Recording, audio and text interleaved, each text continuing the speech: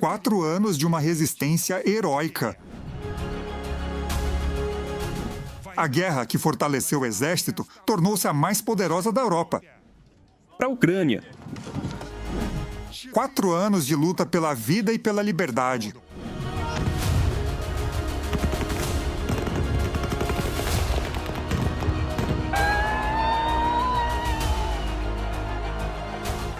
O idioma russo, falado na Rússia. Soldados ocupantes fascistas. O que fortaleceu significativamente a Ucrânia.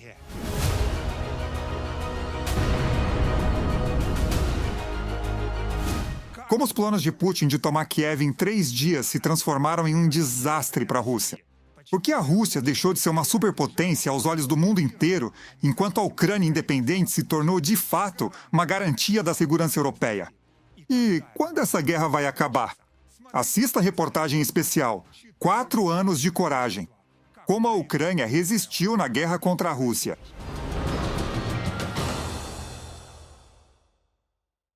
Dia 24 de fevereiro de 2022, uma data que entrará para a história mundial. Esse dia se tornou um ponto de virada.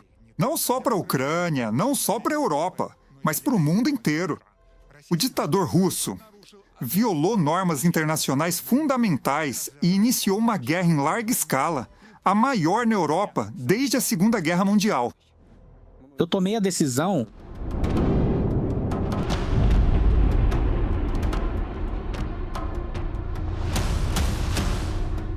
de realizar uma operação militar especial. Os planos de Putin fracassaram. O ditador queria uma derrota rápida do exército ucraniano. Esperava conquistar um país independente em poucas semanas ou até mesmo dia. No início da invasão, era isso que a propaganda russa alardeava. Nós derrotamos a Ucrânia em 2 dias. Pra quê? Um mês após o início da invasão, no final de março de 2022, o exército ucraniano expulsou os ocupantes das regiões de Kiev e Chernihiv. As tropas russas sofreram pesadas perdas.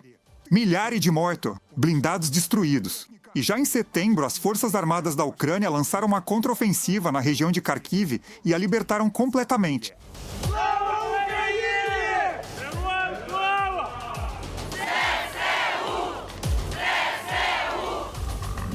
2 meses após, tropas ucranianas tiveram sucesso em Kherson, libertando grande parte da região, incluindo seu centro, a cidade de Kherson.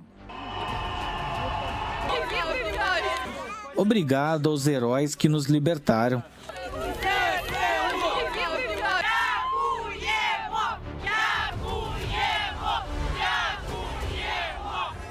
Putin se engana. Ele tinha certeza de que a Ucrânia não ofereceria resistência suficiente, que as pessoas aqui aceitariam a ocupação. Os assessores convenceram o ditador de que muitos ucranianos receberiam as tropas russas com flores. E esse foi um erro enorme e fatal para a Rússia. Logo nos primeiros dias da invasão, milhares de ucranianos em todo o país, sem esperar pelos avisos de convocação, dirigiram-se aos escritórios de alistamento e registro militar. Havia filas se formando ali. Havia pessoas com treinamento militar, assim como pessoas que estavam muito distantes do exército. Este é Boris Dolya. Hoje ele é comandante de um pelotão de drones, destruindo com sucesso os ocupantes. Mas antes da guerra em grande escala, ele era diretor em um dos canais de TV ucranianos. Na manhã de 24 de fevereiro de 2022, ele foi trabalhar, transmitiu uma edição especial do noticiário ao vivo e, já no almoço, foi para o escritório de alistamento militar. Ele diz que simplesmente não poderia ter agido de forma diferente e não se arrepende de nada. Ué, cada um de nós entende que estamos lutando pela nossa existência, pela existência do nosso país, do nosso povo. Está presente em todos, em suas mentes e em seus corações, com o que convivemos. E essa é a nossa vantagem, o nosso ponto forte. Não é o dinheiro, nem o título, mas sim o entendimento de que estamos lutando pelo nosso futuro. Já os soldados russos lutam por dinheiro, diz Boris. A maioria deles vem de regiões deprimidas da Rússia.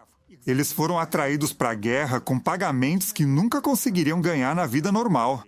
Mas de mercenários, eles acabam se tornando escravos. Eles são enviados para ataques suicidas intermináveis, até mesmo os feridos, até mesmo quem está de muletas. Aqueles que se recusam a ir para a morte são jogados em buracos, nus, sem comida nem água, até chegarem à conclusão fatal de que é melhor morrer por um drone ucraniano do que morrer ali de frio, sede e fome.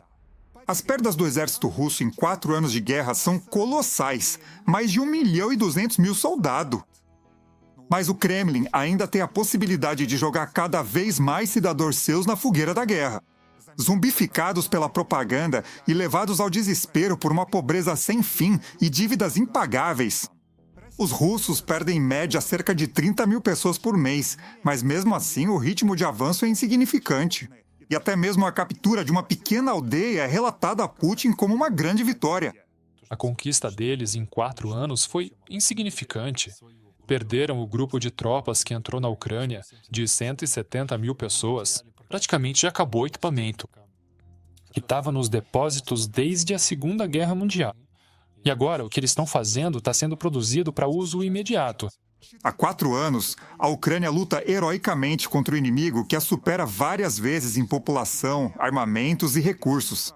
Para resistir, o país aposta em tecnologias modernas. Em primeiro lugar, são os drones. Esse passarinho aqui, agora mesmo, no fronte, é determinante. Cerca de 60% de todos os ataques no fronte são feitos por esses passarinhos. Foi justamente a Ucrânia, antes de qualquer outro país do mundo, que começou a usar drones em massa. Não por centenas, como em outros conflitos militares, mas por milhares, dezenas de milhares. E foi em grande parte graças a isso que o país conseguiu resistir. A Federação Russa ainda tentou, por um tempo, apostar na quantidade de tanques, na quantidade de artilharia, de projéteis. Mas assim que começou a diminuir a quantidade de projéteis, a quantidade de artilharia, tanques, veículos blindados, claro, eles também passaram a usar a aviação não tripulada. Os russos copiaram a experiência ucraniana e agora a Ucrânia pode compartilhá-la com seus aliados ocidentais. Segundo o The Wall Street Journal, no ano passado, militares ucranianos vindos do fronte participaram de exercícios da OTAN na Estônia. O grupo de combate da aliança agia segundo seus próprios padrões. Sem usar camuflagem, se deslocava abertamente em veículos blindados. Os ucranianos, eram apenas 10 pessoas, usaram drones. Durante os exercícios, eles conseguiram simular a destruição de 17 veículos blindados de transporte e realizar 30 ataques a outros alvos. E, em um único dia, destruir condicionalmente 2 batalhões. Os comandantes da OTAN tiram conclusões desses exercícios e adotam essa experiência. Atualmente, o exército ucraniano é o mais forte da Europa, graças à experiência, ao número de soldados e à motivação para lutar por sua liberdade. Em 4 anos de guerra, a União Soviética deu um salto enorme, inclusive em termos de equipamento técnico. Antes da invasão em grande escala, os aliados forneciam a Kiev apenas sistemas antitanque e antiaéreos, NLAW, Javelin, Stinger, pois não sabiam. Será que a Ucrânia vai resistir? No momento em que a Ucrânia ofereceu uma resistência significativa, ficou claro que as pessoas gostam de ajudar quem está tendo sucesso e aqueles cuja resistência mostra perspectivas. A Ucrânia mostrou que é capaz de repelir os ataques russos. Seus soldados estão prontos para operar equipamentos modernos. As Forças Armadas da Ucrânia receberam sistemas HIMARS e outras armas. Kiev pediu aos aliados tanques Leopard e Abrams, inicialmente negados, depois conseguiu o que queria, assim como sistemas Patriots e caças F-16. Os aliados ocidentais forneciam cada vez mais armas novas, porque entendiam a situação na Ucrânia. Putin não vai parar. Ele está se preparando para atacar também os países da União Europeia. Todos nós concordamos que a Ucrânia é nossa primeira linha de defesa. Por isso, devemos reforçar o apoio militar à Ucrânia. Já faz alguns anos que a Ucrânia negocia com os países europeus sobre garantias de segurança.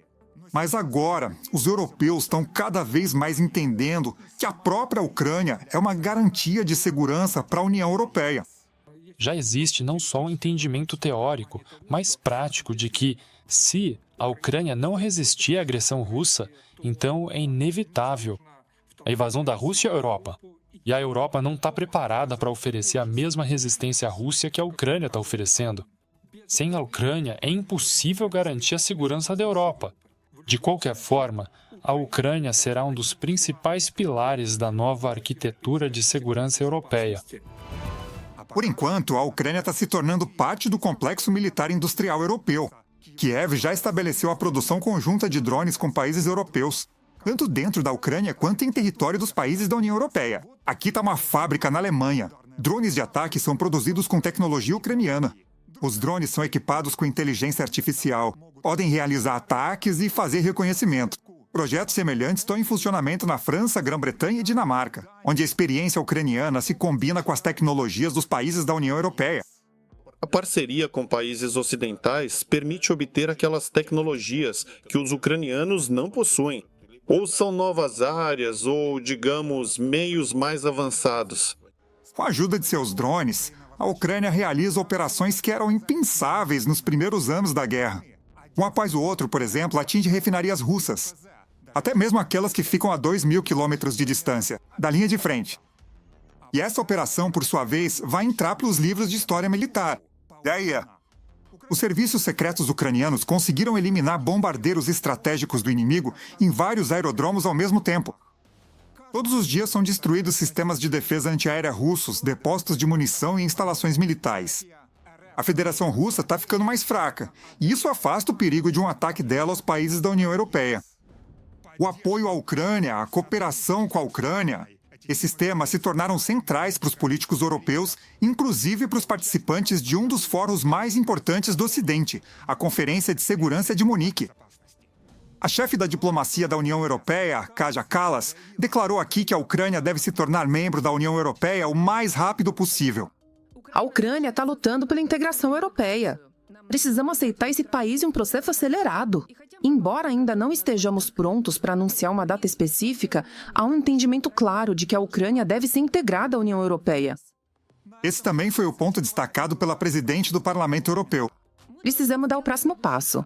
O Parlamento apoia fortemente essa medida. É vantajoso para todos.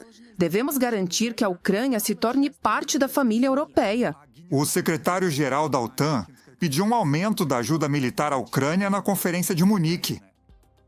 Nós, políticos, aqueles que influenciam a situação, devemos garantir que os ucranianos que estão lutando tenham os meios ofensivos necessários, que tenham mísseis e possam atingir os alvos que precisam ser atingidos. E o principal é que eles tenham recursos suficientes para neutralizar os mísseis que estão sendo lançados contra a Ucrânia e bombardeando cidades pacíficas. A Rússia precisa de ser forçada à paz, diz Mark Rutte. Não existe nenhum motivo para ter medo dela, pois o medo e a indecisão só acabam impulsionando cada vez mais para frente.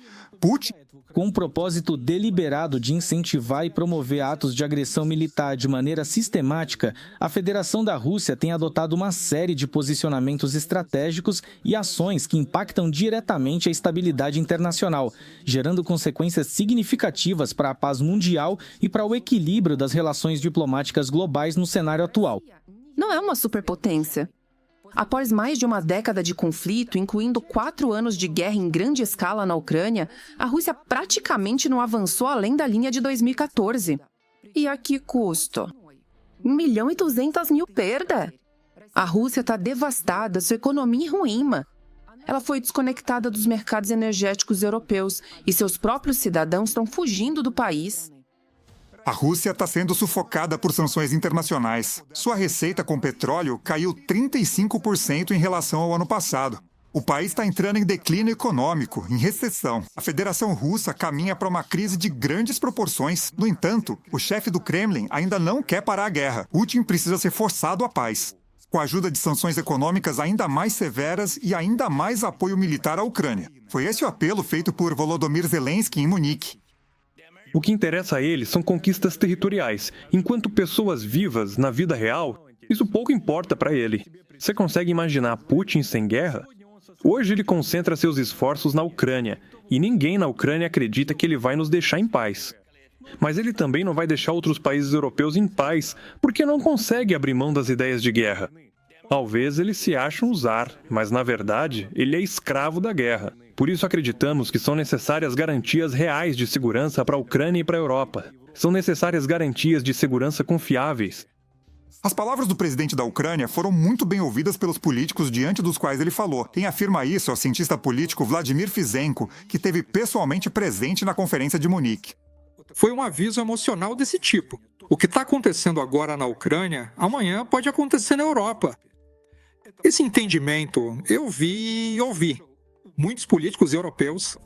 E se na conferência New-Kinski anterior isso era algo bastante abstrato, agora já está sendo concretizado na prática. Se a Rússia não for contida na Ucrânia agora, a guerra chegará à Europa. O futuro de toda a Europa e de toda a ordem mundial depende de como terminará a guerra da Rússia contra a Ucrânia. É justamente nos campos da Ucrânia que está sendo decidido o futuro da história mundial. Sem nenhum exagero. Ouvi esse pensamento de políticos dos mais diversos, principalmente de políticos ocidentais. Talvez, no primeiro ano da guerra, isso soasse mais como teoria, mas agora é uma lição prática de compreensão. Nunca tinha visto essa postura entre os políticos europeus até alguns anos atrás. Nem mesmo entre nossos amigos. E agora eles entendem que é justamente na Ucrânia que está sendo decidido o futuro do continente europeu. Em 2022, a Ucrânia venceu a guerra pela sua existência, resistiu e revidou contra o agressor. Agora, 4 anos depois, a Ucrânia já luta em uma guerra de desgaste. Putin não consegue obter sucesso no campo de batalha. E por isso ele dá ordens para bombardear cidades pacíficas, bairros residenciais, hospitais, escolas, creches. Destruir usinas termoelétricas em meio ao frio de 20 graus negativos para que as pessoas congelem dentro de suas próprias casas. Ele quer que os ucranianos comecem a exigir do governo a paz a qualquer custo, mesmo que isso signifique capitulação. Mas aqui o ditador errou feio de novo. Todas as pesquisas de opinião mostram, tanto no início da guerra quanto 4 anos depois, que a maioria dos ucranianos é a favor de continuar lutando. Contra concessões, contra entregar suas terras aos ocupantes. Os ucranianos estão dispostos a suportar todas as dificuldades desta guerra, pelo tempo que for necessário. Esta guerra só vai acabar quando Putin não tiver mais condições de continuá-la. Quando o dinheiro acabar, quando as perdas superarem o número de novos recrutas, quando o preço da agressão se tornar inaceitável. E esse processo já começou.